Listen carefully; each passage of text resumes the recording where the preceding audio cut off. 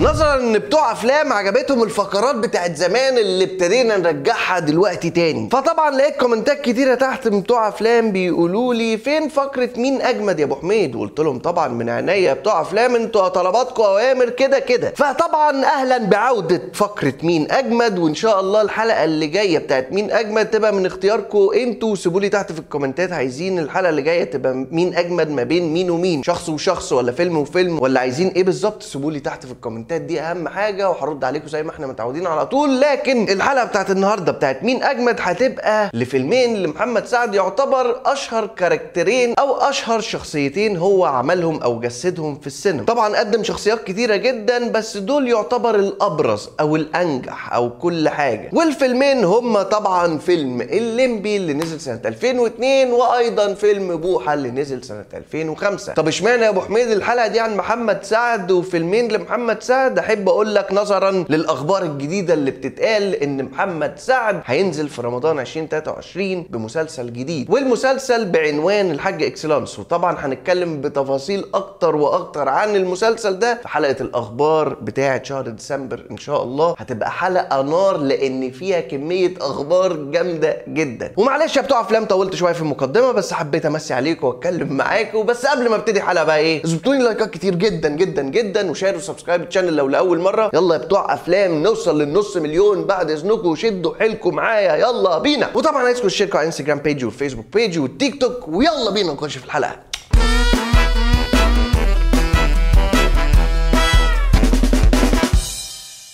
اهلا مسا عليكم، انا احمد كمال بتاع افلام. مبدئيا كده بتوع افلام نبتدي بابطال العملين. العمل الاولاني فيلم الليمبي سنه 2002 كان بيشارك البطوله مع الفنان محمد سعد، الفنانه القديره عبله كامل، والفنان القدير الله يرحمه حسن حسني. اما حبيبه الليمبي في فيلم الليمبي طبعا هي نوسة، واللي كان بيأدي دور نوسة الفنانه حلا شيحه. وطبعا الراجل الغلس اللي بيوقع او اللي في النص ما بين علاقه الحب دي، اللي هو طبعا اللي هو بيبقى في الافلام كده واحد بايخ كده، وهو الفنان حجاج عبد العظيم. ووالد الفنانه حلا شيحه في الفيلم طبعا ربنا يطول لنا في عمره الفنان القدير لطفي لبيب. وفيلم الليمبي طبعا من اخراج المخرج الجامد جدا وائل احسان. وعلى الناحيه الثانيه سنه 2005 فيلم بوحه اللي كان بيشارك في البطوله مع محمد سعد. وطبعا محمد سعد 2005 عكس طبعا محمد سعد 2002 تماما. 2005 قلت لكم قبل كده ان محمد سعد هو النجم الوحيد في ابناء جيله او من اول جيل هنيدي، هو الفنان الوحيد اللي فضل متربع على عرش السينما وكايرادات ل4 سنين ورا بعض. وشبهت لكم الحوار ده قبل كده بحوار هنيدي، ان هنيدي كان في صعيدي وامام كان ايرادات اعلى ايرادات ورا بعض، لكن الفيلم الثالث كان بلية كان رقم 2 او رقم 3 في الايرادات، لان كان رقم 1 كان فيلم الناظر، ورجع تاني في جانب بان التالي، بس وقع بعديها في صاحب صاحبه قدام الليمبي 2002 اللي احنا هنتكلم عليه كده كده. بس مفيش حد زي محمد سعد فضل 4 سنين ورا بعض كده على التوالي. ففيلم بوحه ده كان الفيلم الرابع، اللي هو الفيلم الرابع على التوالي، هو النجم الاعلى شعبيه في الوطن العربي واعلى نجم في مصر واكتر واحد بيجيب ايرادات. اللي هو انت عارف محمد سعد نزل في السينما، فهو كده كده هيبقى رقم 1 في الايرادات. فاللي كان بيشارك البطوله مع محمد سعد في فيلم بوحه هو الفنان طبعا القدير حسن حسني، اللي ما بينه وما بين محمد سعد دويتو خطير وحلو جدا. وانا قلت لكم قبل كده زمان في حلقات كتيره جدا ان الاثنين دول بالنسبه لي من اعلى دويتوهات الضحك اللي انا شفتهم في اخر 30 سنه عموما. واللي قايمه بدور حبيبه بوحه او حبيبه البطل بتاعت الفيلم هي كوتا، ايوه بفنانه مي عز الدين، وامها ست حلويات الفنانه لبلبه. واللي كان في النص كده بيرخم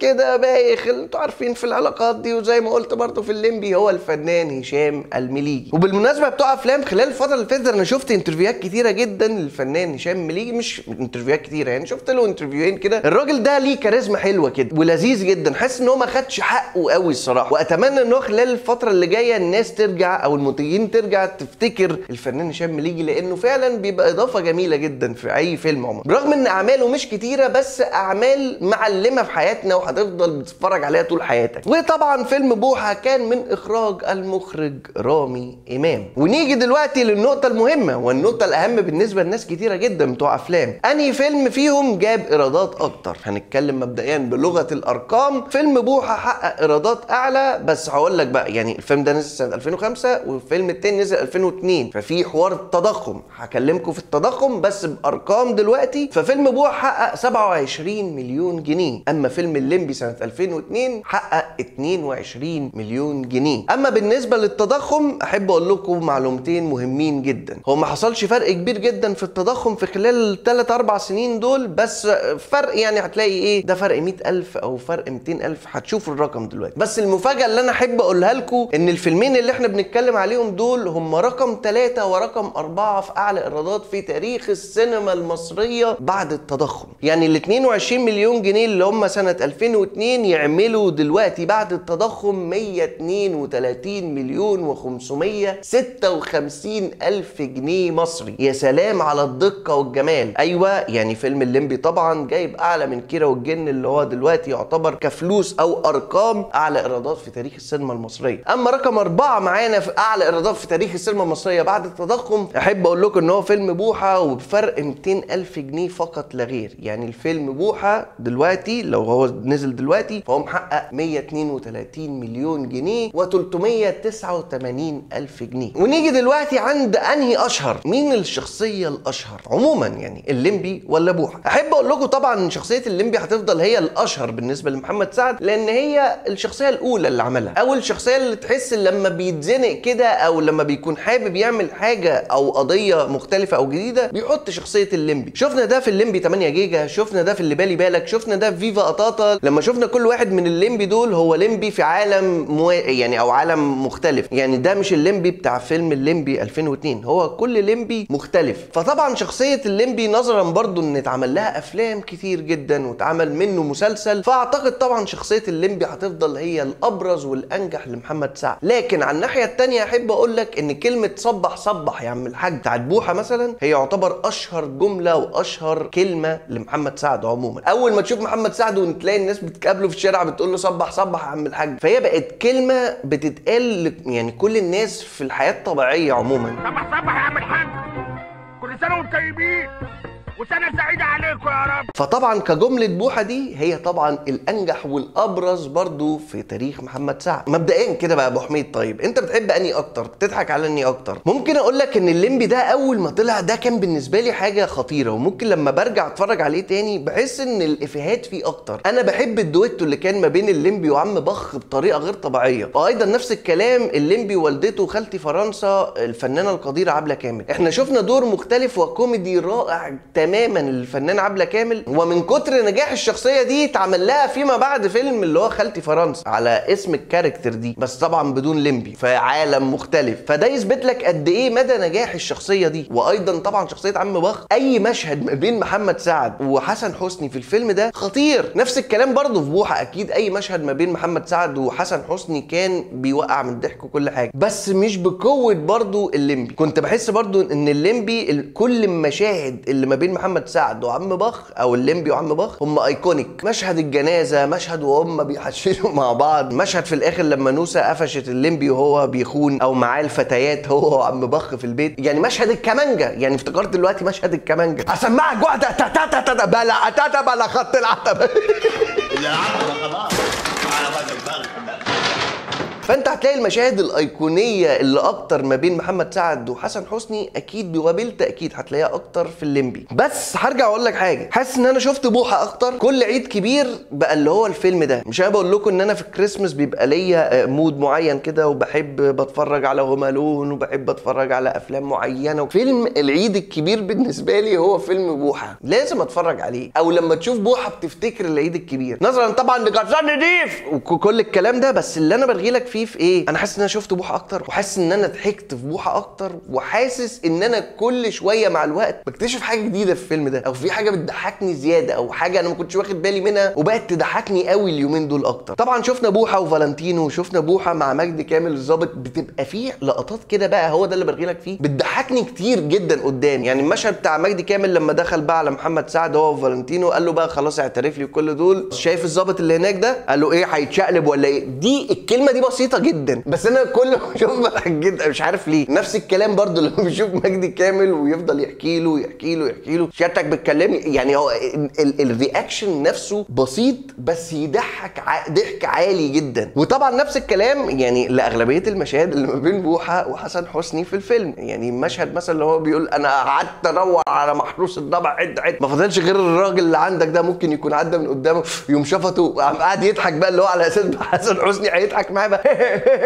قام حسن حسني ايه انت هتضحك معايا. كل الكلام ده وكل العوامل دي بتضحك جدا. فانا عشان كده ممكن اقول لكم فيلم بوحه بيضحكني اكتر، ويعني هي اراء في الاول وفي الاخر، وعارف ناس كتيره جدا من ضمنهم وهاب هتحب الليمبي اكتر من بوحه. ونيجي دلوقتي للاغنيتين اللي في الفيلم، بتحب انهي اغنيه اكتر ومين اجمد؟ بالنسبه لفيلم الليمبي طبعا في اغنيه بسكليته بسكليته بسكليته، والاغنيه الثانيه طبعا اغنيه حب ايه، طبعا القديره الفنانه كوكب الشرق الله يرحمها ام كلثوم. ودي كانت بدايه اللي هو ممكن يكون الاغنيه دي نجحت برضو وخلت الناس، عملت اثاره للجدل زياده عن اللزوم، خلت الناس اللي هو تقول لا ايه فيلم الليمبي اللي عامل اثاره للجدل ده؟ ايه اللي كل مجلس شعب عايز يرفع قضيه عليه عشان محمد سعد بيضيع تراث الفن العربي وكل الكلام ده؟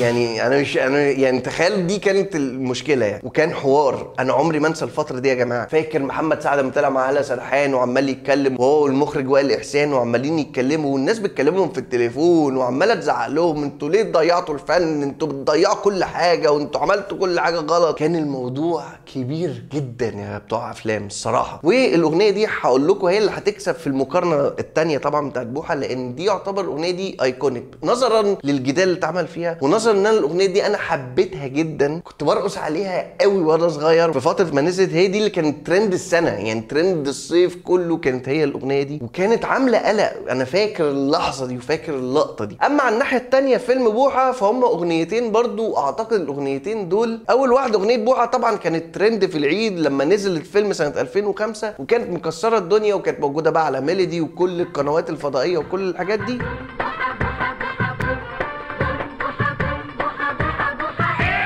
ومي عز الدين قدمت رقص كان مختلف وجديد علينا تماما كمي عز الدين، الشخصيه اللي هي على طول كانت كيوت في المسلسلات والافلام، رحله حب ويسرى ومحمد فؤاد والكلام ده. فشفنا دور ليها فتاه شعبيه وبترقص وكده بطريقه مختلفه. وطبعا الاغنيه كانت ناجحه نجاح غير طبيعي وكانت مكسره الدنيا وكانت موجوده في كل الفضائيات وكل حاجه. بس برضو حاسس ان حب ايه برضو هتفضل هي اعلى. اما الاغنيه الثانيه اللي في الفيلم بوحه، انا بالنسبه لي دي احلى اغنيه غناها محمد سعد. انا بحب الاغنيه دي جدا. يلي نسيت الغرام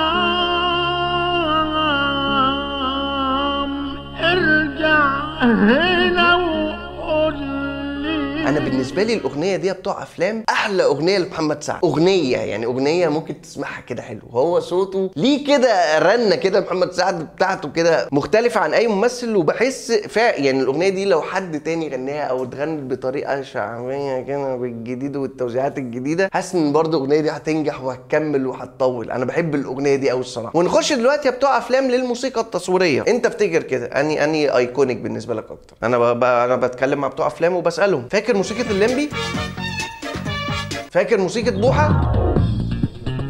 انا حاسس ان موسيقى بوحه ممكن تكون مسموعه اكتر، معرفش. انا عايز اعرف رايكم تحت في الكومنتات دي. اهم حاجه، هل حاسس ان انت عرفت موسيقى بوحه اكتر او لقطتها على طول وناسي مثلا موسيقى الليمبي ولا لا؟ بس انا افتكرت الليمبي على طول برضو لما افتكرتها. واول ما شفت الموسيقى دي حسيتها من عيله الامام بجد. ولما بصيت وانا بحضر الحلقه ان فعلا الموسيقى التصويريه دي كانت للفنان الكبير الله يرحمه حسين الامام. اما على الناحيه الثانيه فيلم بوحه فهي للموسيقار الكبير خالد حماد، اللي يعني انا عايز اعمل عليه حلقه يا جماعه. الراجل ده بجد موسيقى تصويريه لكل الافلام اللي انت حبيتها في اخر 30 سنه اللي انت وعيت عليها عموما. وطبعا ابرزهم بالنسبه لي لمحمد سعد موسيقى اللي بالي بالك. انا بالنسبه لي الموسيقى التصويريه للفيلم اللي بالي بالك دي من احلى الموسيقات اللي انت فاكرها لفيلم محمد سعد، وحلوه قوي وتشغلها وحلوه وجميله. اما بالنسبه للممثلين المساعدين في الفيلم الموجودين في الفيلم برضو بيبقى ليهم دور مهم برضو في الفيلم. وعندك في الليمبي عندك الفنان حجاج عبد العظيم، وعندك برضو الفنان لطفي لبيب. ممكن الفنان حجاج عبد العظيم مش من اقوى ادواره، يعني ما حسيتش بحاجه مختلفه، او يعني حاجه حجاج عبد العظيم، يعني حجاج عبد العظيم عنده اعمال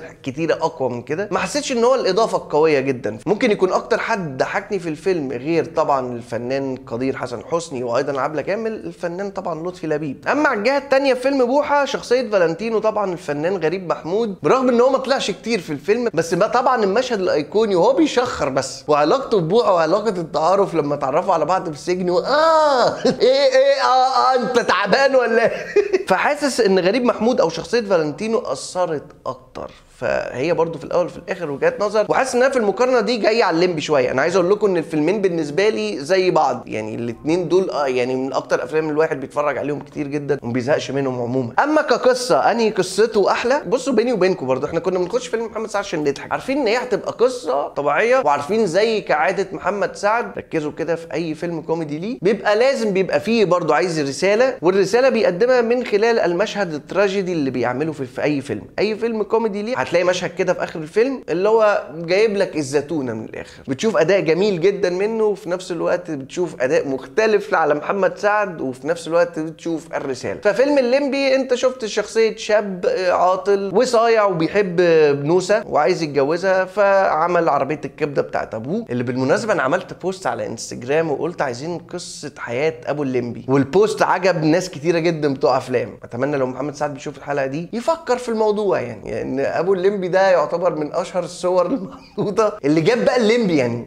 فاهم؟ وفي نفس الوقت طبعا بتشوف الرحله بتاعته، وفي الاخر احنا ما عرفناش ازاي يعني احنا ما عرفناش بعد الفرح بقى عنده كمبيوتر وبقى متعلم وجميل، مش عارف يعني هو ايه اللي حصل في الجاب ده، بس ما علينا. انا بقول لك احنا بتخش الفيلم ده وبتضحك وخلاص. وبرده طبعا من بعض الاقاويل اللي اتقالت ان الفيلم كانت هيبقى نهايته مأساويه، ان في اخر المشهد بتاع الفرح لو تاخدوا بالكم اغنيه حب ايه هتلاقوا عبله كامل بتعمل كده اللي هو مبسوطه قوي، بعد كده بيقول لك المشهد اللي بعديه على طول ان هي وقعت على الارض وماتت، ومحمد سعد بقى اللي هو انت ياما وهتسيبيني ياما وكده. كان هيبقى مشهد درامي جدا على نهايه فيلم ملحمي كوميدي، فعلى ايه فشالوا المشهد ده، قالوا لا الناس تخرج بقى مبسوطه وكده، وانتهت النهايه اللي انتوا شفتوها دي نهايه سعيده جميله خفيفه ظريفه. اما على الناحيه الثانيه فيلم بوحه هو جاي المحروس الضبع عايز ياخد نص مليون جنيه، يعني 250,000 جنيه نقدا، وبيدور عليه من اول الفيلم لحد ما جاله في الاخر اخر مشهد. وطبعا شفنا المشهد التراجيدي بتاعه في مشهد المحكمه. هي بصوا يعني مش عارف اقول